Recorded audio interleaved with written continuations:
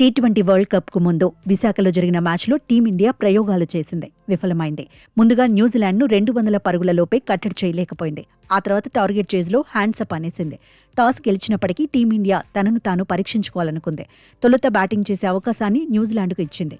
ఈ మ్యాచ్లో team India 5 specialist బౌలర్లతో బరిలో దిగింది.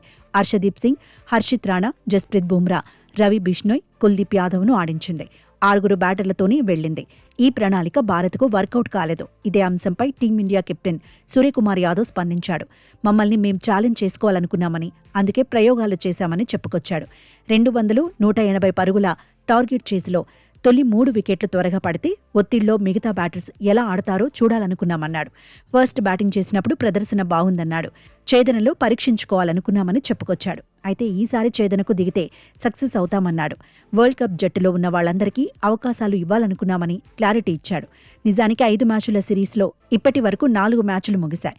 ఇందులో తొలి 3 మ్యాచుల్లో టీమిండియా పైచేయి సాధించింది. అన్ని విభాగాల్లోనూ ఆకట్టుకుంది. కానీ 4వ టీ20లో మాత్రం తేలిపోయింది. ప్రత్యర్థి జట్టు ప్రణాళికల ముందు నిలవలేకపోయింది. అయితే టీమిండియా తన ఫస్ట్ చాయిస్ 11తో దిగకపోవడమే ఈ ఓటమికి కారణమన్న చర్చ జరుగుతోంది.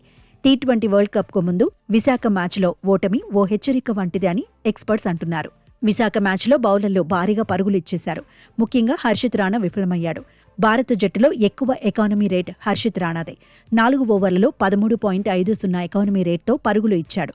54 పరుగులు ఇచ్చినప్పటికీ ఒక్క వికెట్ కూడా తీయలేదు. 3వ టీ20లో రాణించిన రవి బిష్నోయ్ సైతం ఎక్కువ పరుగులే ఇచ్చాడు. 4 ఓవర్లలో 49 పరుగులు సమర్పించుకున్నాడు. ఒక వికెట్ తీసిన 12.25 ఎకానమీ రేట్తో పరుగులిచ్చేశాడు.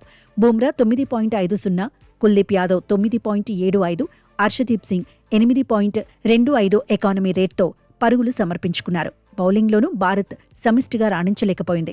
అభిషేక్ శర్మ, సంజు శాంసన్, సూర్యకుమార్ యాదవ్ ఇంపాక్ట్ చూపించలేకపోయారు. 4వ స్థానంలో వచ్చిన రింకు పర్వాలేదనిపించిన హార్దిక్ పాండ్యా డిసప్పాయింట్ చేశాడు. అయితే శివం దూబే మాత్రం క్రీజులో ఉన్నంతసేపు అలరించాడు. హాఫ్ సెంచరీతో పోరాటం చేశాడు. అయినా టీమిండియాకు 50 పరుగుల తేడాతో ఓటమి తప్పలేదు. అయితే భారత్ ఓడిన శివం దూబే ఇన్నింగ్స్ మాత్రం టీమిండియాకు మున్ముందు కలిసొచ్చేదే.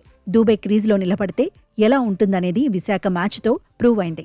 అయితే ఆఖరి టీ20లో మాత్రం టీమిండియా మళ్లీ విక్టరీ బాట పట్టాలని ఎక్స్పర్ట్స్ సూచిస్తున్నారు. ఒకరిద్దరి మెరుపుల మీద ఆధారపడకుండా సమిష్టిగా రాణించాలంటున్నారు.